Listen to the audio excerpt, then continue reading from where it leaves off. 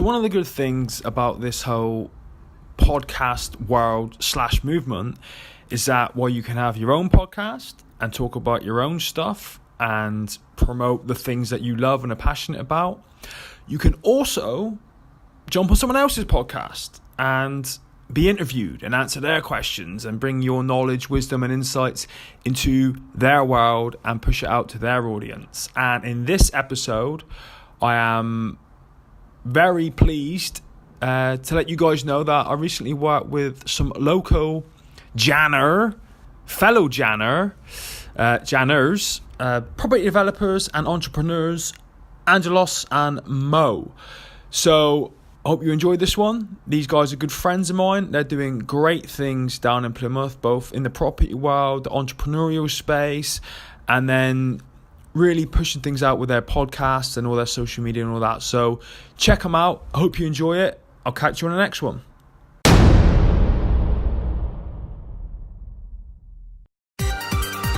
Welcome to Your Success Podcast. We give you actionable insight and stories behind real-life success wherever you go. Here are your hosts, Angelos and Mo.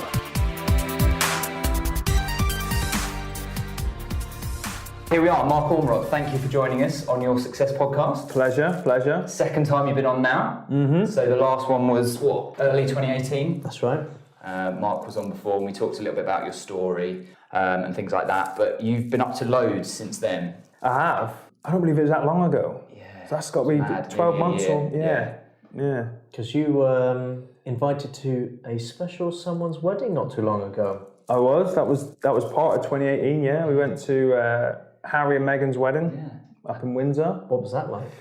It was awesome, actually. They had a kind of special enclosure where lots of representatives from all of the charities that they're involved with would come and sit right outside the steps to the church. So where all the royal family came in the cars, we were literally no more than 10 metres away. So we got to see all that cool stuff and catch up with guys that I went through rehab with and just have a good time and experience a once-in-a-lifetime event. Yeah. You know, so... But yeah, it's been a crazy busy year with all sorts. I don't take enough time to sit and reflect on it, really. I'm always on to the next thing. Well, probably the standout moment for me, Mark, was when I saw on the BBC news website, is that man jumps into pool, did not swim before, wins gold at the Invictus Games. Yeah. So can you tell us a little bit of how that all happened? Because I thought that was just an amazing but funny story. So what happens at the Invictus Games, it's like the Paralympics in that you get classifications based on your disability. So in my classification, being a triple amputee or worse, it's a very small group. So when we were swimming, I went to the heats the night before my race. So I don't have to have heats because there's only maybe 2 or 3 of us in the actual race. And there were a lot of Brits on the Australian in the Australian military, so on the Australian team. And last year in Canada, I made friends with a lot of those guys. And so I bumped into them at the pool and I got chatting to one of the guys who is actually from Plymouth originally. I met with his parents last week who are from Saltash. And one of the athletes, Gary, who I raced against last year in, I think it was swimming and hand cycling, they told me that he was doing 4 or 5 swimming events, but one of them, which was the 50-metre breaststroke, he was the only athlete. Right. And I still wasn't completely au fait with all the rules of these sports and everything. So I just assumed that because he's the only athlete, he'll jump in the pool, no matter how long it takes, he'll get a gold medal. Well, they told me that that wasn't the case, and that if no one else entered, then the race should be cancelled. So I was just like, well, that's a bit, wrong. I mean, he's trained for it. And I looked up and there's thousands of people sat there who are going to be there the next day. So I just said to the coach, look, if they'll let me, I'll jump in. I'll swim just to put a race on. These people have travelled from all over the world to see it. Gary's been training for it. So I turned up the next day and there was a 50-metre pool that ran this way, which everyone raced in. And then there was a barrier. And then behind the barrier, running the other way, was a 25-metre practice pool. So I turned up to the race, got all my legs and everything off, put my trunks on, jumped in the pool and tried to figure out how I was going to breaststroke because I'd never done it before. So initially I did this and just went round in a circle. So I thought that's not going to work for me at all. And then I just started kind of dragging myself under the water. And I asked one of the people beside, I said, I don't know the rules. Yeah. And I said, is this allowed? Would this be classed as a breaststroke? And they're like, yeah, you can do that. And then I remember, so that was 2 lengths, so it's 50 meters. And I remember watching other people when they do breaststroke, they always put their head under the water. And this person who I was speaking to had now gone. So I thought, well, maybe that's one of the rules. I have to learn how to put my head under the water. So I just started doing this weird thing, like when I bobbed and pulled my head under the water like this, and it kind of worked. So I thought I'll just do that. So the time came and we're on the blocks, and even though I didn't really know what I was doing, my whole mentality is you're in this to win it. You know, it doesn't matter if you just survive your way through it. And so I got in and I started doing really well. And in front of you, above that practice pool, is a huge widescreen TV, and you can see yourself on it. And all I could see was my white swimming cap and a yellow one, and I was quite far ahead. And then it got to the last quarter, and I don't know what happened to my arm. All this lactic acid built up on my forearm, my fingers cramped like this. I couldn't get a seal on my fingers. And I was just doing this under the water, and I wasn't really going anywhere. And when I swim, if I don't have air in my lungs now, I sink quite quickly. And I had swallowed a little bit of water and needed to cough, but I didn't have much air in my lungs, and I knew that if I coughed, I was going to sink. So I was literally, with this cramped hand and cramped forearm, dragging myself through the water, and I was drinking the water. As it was coming to my mouth, I was just going, and swallowing it, and I could see Gary's hat getting closer and closer and closer to me. And then I start panicking, and I'm trying to go, and I don't know what I was doing by the end, but what I do know is if it was 51 meters, I probably would have drowned. I was that, I had nothing in there, and it was 0.29 of a second between us. Oh God. So And you got gold. Yeah, I won the race by just over a quarter of a second. Isn't it ironic that you volunteered to help this guy and yet you beat him? But if you look at it, you helped him get silver as well. Well, he's not got a medal at all, right? No, you won't get one.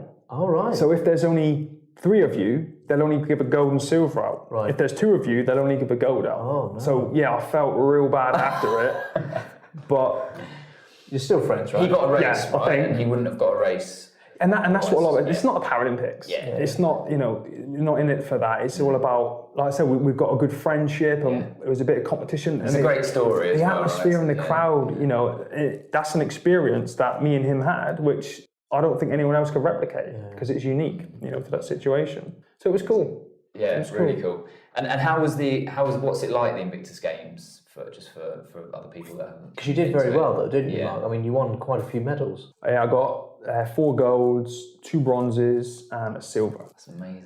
Yeah, and everyone has their own different experience. For me, it's very intense because I was going all the way to Australia. I thought, well, I don't just want to enter one event and, in my mind, waste the rest of my time there. So I competed. I had 1 day off, I think the Tuesday, but every other day I was competing. So the minute I finished a race, I'm automatically thinking about the next one.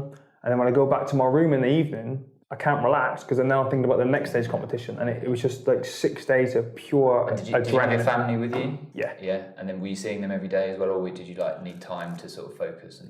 So the athletes and the staff were all in the Olympic Village, and the families were 45 minutes away in central Sydney, which worked out nicely because it gave us time to get our heads in the game, to train, to support the team. But they then got to go to the zoo, the beach, the aquarium, and they weren't just stuck in this little bubble, just doing the same thing every day. So it worked out really good for all of us. So Invictus Games, is that, forgive my ignorance, is it with Commonwealth countries, or can any country enter? They can, but you have to be military or ex-military. Okay. That's what it's all about. It's for serving in retired military as a means to help aid their recovery from whatever it is they're dealing with, whether it's the loss of a limb or an illness or disease or post-traumatic stress, that kind of thing.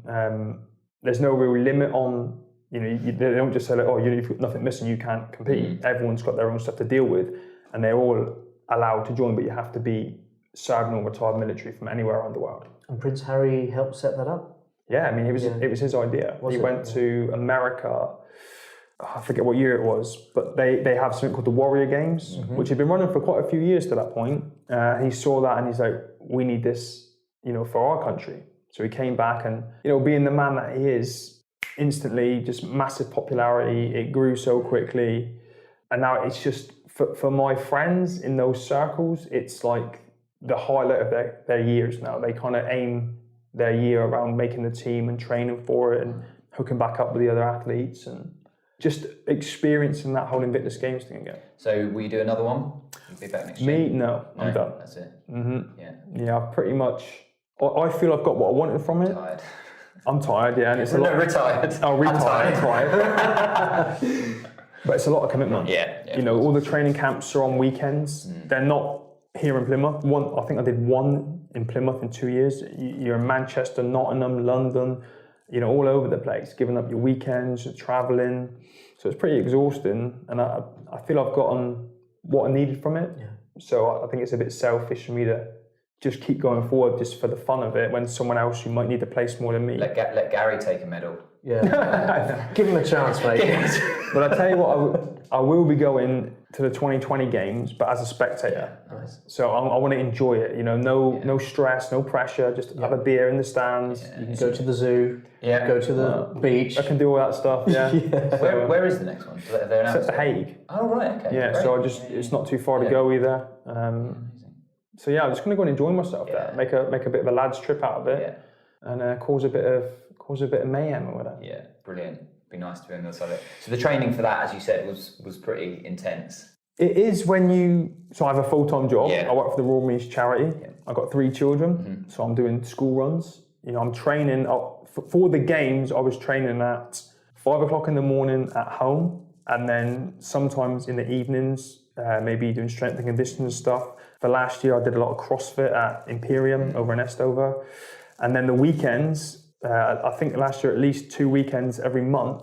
I'm traveling around the country, hundreds of miles, to attend training camps. So can you tell us a little bit about the Royal Marine charity that you help support? Yeah, so I've been working with them and for them now for 8 years, nearly 9 years. It'll be 9 years in September. And it's just, I mean, it's a charity, so they do what charities do. They support their beneficiaries, the Royal Marines family, serving and retired Royal Marines. We're just there for the guys and their families when they need them. You know, whether that's in service or out of service, whether that's right now or 20 years down the line. You know, we have a very strong family ethos in the Royal Marines. You know, once a Marine, always a Marine is our motto, and we always like to look after our own.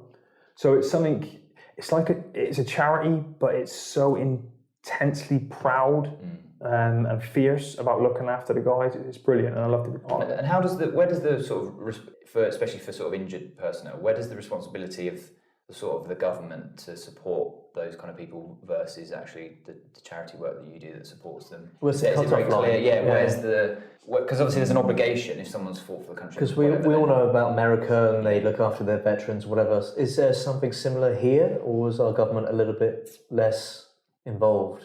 I would say in the 10-11 years since I've been injured, they've gotten a lot better, the government. They could do a lot more. Yeah. My personal opinion is I don't think most of these charities should exist because the government should pick up what they're doing. But thank God they do exist because people like myself and lots of my friends and colleagues, widows, children, families would be in a lot worse place than they are now if it wasn't for these charities existing, you know? No, fair enough. It's a fair comment, yeah. But you're doing that, you're training for Invictus, you're attending royal weddings, but you're also a property investor, you're also an author, you've got another book potentially in the pipeline being released soon. I mean, how do you fit it all in, Mark? I mean, can you tell us a little bit more about those things that you keep doing? I think, and you guys know this anyway, I think it's all about being smart with your time. And, you know, I don't write the books myself. I have a ghostwriter. So, you know, I could go home after this evening, call up my ghostwriter for 2 hours, get some work done, and then I'm done. I'm not sat there typing away, doing all that and, you know, doing it what for me would be the hard way. You know, same as property investing, you know, you can, because of phones nowadays, you don't have to be driving around streets doing drive-bys looking for sale signs in people's gardens, knocking on doors, trying to buy property. You just look on whatever app it is you prefer, find it, you can go contact the estate agents, put in offers, get your mortgage. I don't know what I'm telling you guys, you guys are the experts at it, but you just got to utilise all the technology that's available now. It's all about time management, delegation, and just doing it smart, you know? So. And even fitting in time to go on Lorraine. Oh, Lorraine Kelly, How was that? That was awesome. Yeah. The downside of that was, you know, that was when we came back from Australia. Yeah. And after 24 and a half hours of traveling and not showering, I literally landed and they're like, Mark, can you come into the studio in London? And I'm like, guys, I'm done. I'm exhausted. I've got to drive 4.5 hours back to Plymouth now. So fortunately, we just rented a hotel room and did a kind of live stream thing. But then I went on another time with a friend of mine who was involved in my evacuation from Afghanistan when they were talking about Woman of the Year. You know, I love all that stuff. I love doing that. And this kind of stuff, you know, I just love... When you come back from something like the Invictus Games and there's a real buzz around stuff like that, do you have someone that's managing your time, or you've got all these individual people wanting to get an interview and do a TV show? How does that? Do you have to coordinate all that yourself? Yeah, pretty much. Okay. And it's good to a degree, but it can be quite stressful because you've got Facebook messages, Twitter messages, Instagram messages, several email addresses, phones, and people can get hold of you easily now. And all these requests come flooding in, and you kind of, for me personally, you don't want to be like, oh, I'll say yes to the rain, but that's not quite as big as Lorraine, so I won't do that because that's just a dick move. Yeah. Excuse my French. No, it's fine. Yeah. Is it true, Mark? And you don't have to admit this on the podcast. I always get worried when he starts on this line. But did Lorraine, when she did a stock take on her mugs, did one of them disappear? I do have a Lorraine mug. I'm very proud of it. It's a very nice mug. But she did. No, she gave a gift bag out, and it had. What did I have in it? I can't remember if I stole the mug or not. That's not an admission. By the way, That was not officers of the law are watching. No. That is. It was in the gift bag, right? Yeah, it was in the gift bag. It fell into your bag, right? This cool candle as well, which I still use. Nice. It's really Scented cool. or? Very scented. Yeah, it was nice. Yeah. Probably Lorraine's musk. Lorraine's smell in a candle. So the last book was called Man Down. Yes. And have you got a working title for the new book, or a title, or you want to keep it a surprise, or? No, I will. Because, all right, let me put some context to this. So Man Down is a book about me and the Marines in Afghanistan getting blown up. It's called Man Down because the first thing that someone will say on the radio when they're reporting is man down, man down. And it is very much testosterone-fueled alpha male, big, hairy, smelly war Marine, military stuff, blokey stuff. And it finishes when I got married back in May 2009. Now, the month after I was married, I flew out to America to meet another triple amputee because I felt I'd gone as far as I could in my rehab with physios and everyone that was able-bodied, and they got me to this decent level. But I knew that I had to learn from someone who lived it every day to go to the next level. So I flew out to America without wanting to spoil it, met this guy, ditched my wheelchair, 9th of June 2009, and that for me is the day that I mark as kind of my Independence Day, the day I left the wheelchair behind, don't own one, never used one since, and then my life took off, came back, left the Marines and became a civilian. So the second book is going to be called, working title, Man Up, in the way that you ditched the wheelchair, you didn't moan and complain about your situation, you manned up and got on with it. And it's going to be a lot more of the civilian side of me, the motivational side, and behind the scenes of what it took to overcome this, not just running around shooting people and having fun with my friends. I love it. I think that's such a good title as well. So clever. And the whole point behind it was, so just a quick story, going off track. When Man Down came out, I turned down the book signing tour because I couldn't write with my left hand. And if I tried to write, I had to concentrate on it. And if someone's trying to have a conversation with me, it really just fried my brain. And I thought, I'm going to come across really rude and it's going to exhaust me. So I turned it all down.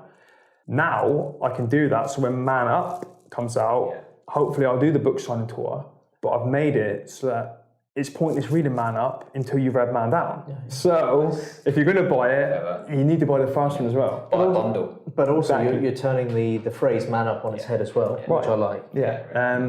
So I can see it as a little twin pack in shops. It looked quite... And to be fair, I did feel like just man up when I'd see you on social media in the gym at like 5 a.m. and I'm like, God, this pillow feels so nice. Yeah, I'm just like, man up, you know. So I think it's a really, really good title. I look forward to reading it.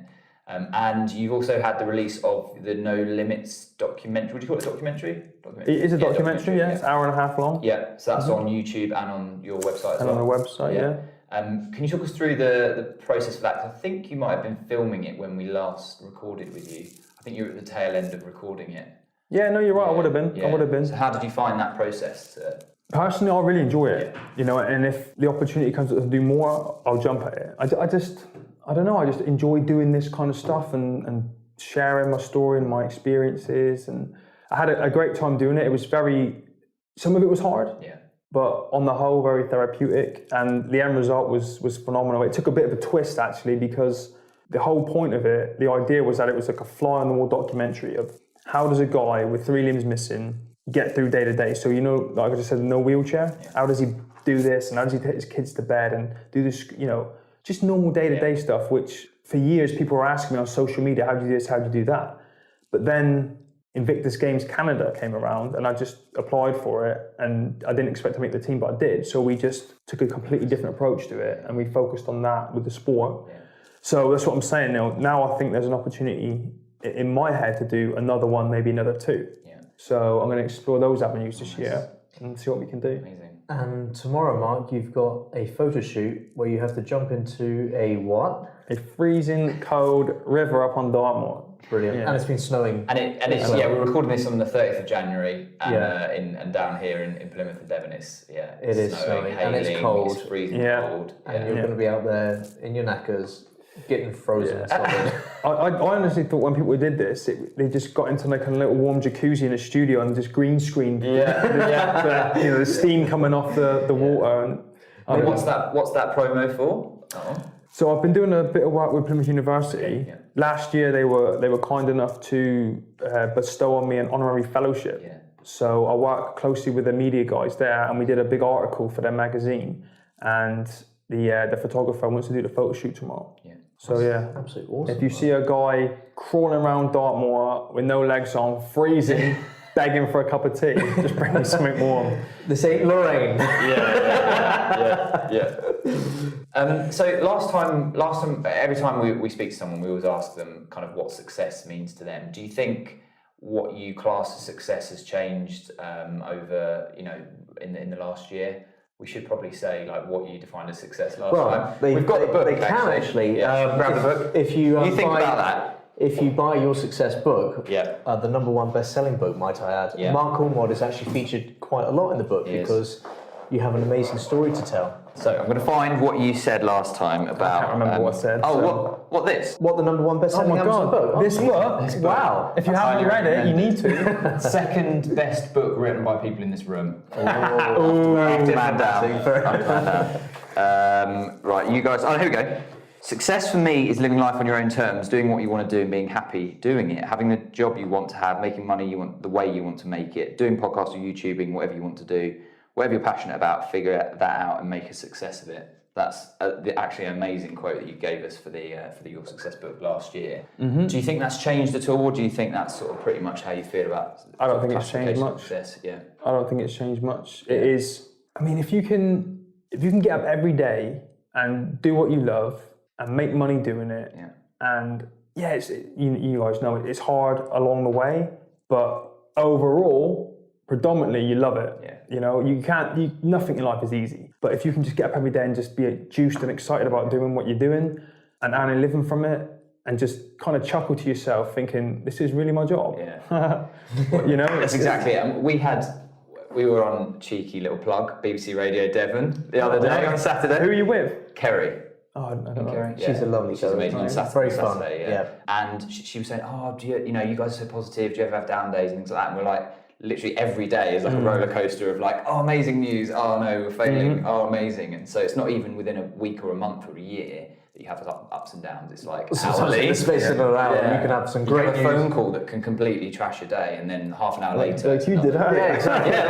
But it's all, like you said, Mark, it's all about how you deal with it. You can either let it ruin your day or your hour, whatever it is, or you can just say, right, okay, I've had some crap news, how am I going to overcome this problem? And it's all about overcoming problems, isn't it? And finding solutions to anything that comes along. And you've got to have that fortitude of mindset in order to do that. Yeah, it keeps your brain active as well, all the challenges and difficulties, and none of it's impossible. And you just got to, jump on your phone now and you can see examples of thousands of people that have been through it before and overcome it and just figure out how they did it. Yeah.